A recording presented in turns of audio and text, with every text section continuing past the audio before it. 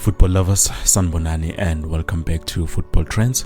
Well, kule video mbukeli, I have some good news, latest news, and of course some shocking news. But before we dive into all of the details, that favor, let's put this video to 150 likes. And if this is your first time coming across this channel, please do consider subscribing to the channel, and of course click a bell notification so that next time I post a new video you get notified and then ukuyibukela. Now mbukele khaya, let's start with the shocking news. Well, the shocking news here too, we have Caleb Phillips Biminyimana, a former Kaizer Chiefs striker. Now why do I say it's shocking news? Well, Bafetu, apparently he's back on the market, and after leaving Al Ahly Benghazi, who leave that club without kicking a ball match official. So that means I told him a chance yokudlala just one match official. So what happened? Well, Mbugeli Lapekaya, he was supposed to sign with Wydad, where he flew to Casablanca, and he was supposed to sign with Wydad, but it was called off, and then he had to return to South Africa, and eventually he was released via a mutual agreement. And at that point, Mbugeli Lapekaya, he was in high demand due to lama goals wakhe awu-12 awukorile for club nayo ke i-country kuleya season, and i-Ahil igcine yamthatha and then bamnikeza i-deal ye-2 years. But ke Mbukeli uthe makaqeda ukufika nje uyele wasafara i-injury ebizwa ukuthi i-anterior cruciate ligament, which is ACL, and that injury he got it when he was playing for his international team where they lost 3-0. And now Mbukeli, iDiski Times has revealed ukuthi the club opted to offer him a mutual termination and replace it with a Mali striker known as Babuka Tlahore from US Monster in a 24 million rands deal.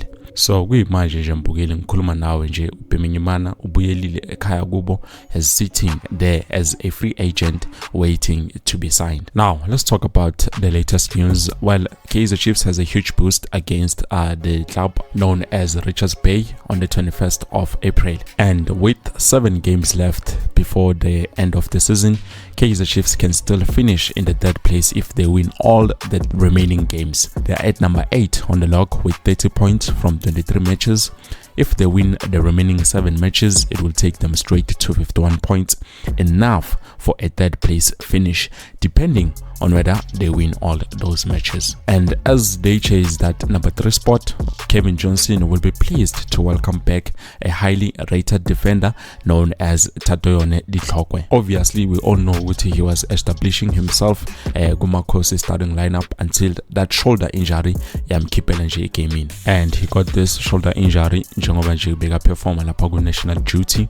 And of course njengoba bekangekho coach Kevin Johnson introduced Edmondson Dove laphana emuva, but we do know ukuthi I relationship yakhe uTadoyone Ditlhokwe nayo uGiven Msimango was going so well. So well, this is a huge boost for Inage club because Tadoyone Ditlhokwe is back and he will be available for selection. Now another news, actually good news, but for me I believe it's not good news because Bafetu, I will tell you in a minute why I say so.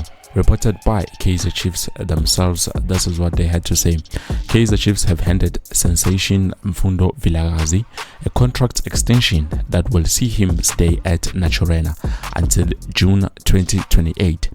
Vilagazi arrived at Chiefs Youth Development Academy in 2021, initially playing for the under-17 team before being promoted to the reserve team, where he shone for 2 seasons. The naturally gifted 18-year-old started the training with the senior squad earlier this season and was included in the team shortly afterwards, much to the delight of many Kaizer Chiefs fans. He has made the match day squad on 6 occasions, appearing twice from the bench in the Soweto debut against Orlando Pirates and then in the Nedbank Cup round of 32.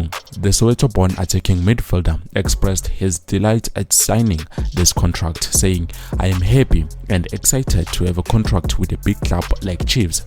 It has always been my dream from a young age to play for the senior team and represent Kaizer Chiefs. I am looking forward to contributing to the club and paying back the management for believing in my talent.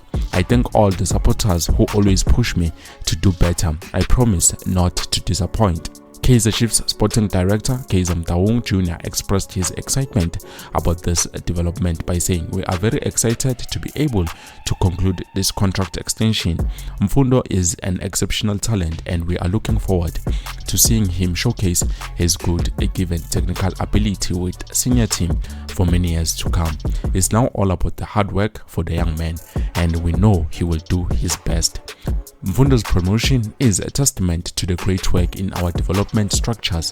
We have built in an environment that is conducive to producing talent for the senior team, which is fundamental to the ethos of Kaizer Chiefs. We have some hard-working people from under 13 to the reserve side who do not focus purely on winning but mainly on producing top footballers for the senior team. Now, why am I saying with you guys this might not be good news for Mundo Vilakazi? Well, taking a look at Kaizer Chiefs, mostly looking at history of my youngsters wabo, players like Abonkosi Mpilo, Mduduzi Mshabalala, Samgelo Zwane, those players are some of the greatest players, but because of Abakona and they are not getting enough game time as end up as loser that value. I think they lose the qualities of being the best players that they can be because Abakona experience, they can't grow, they can't do anything much rather than uklala nje benchini or banga selector at all.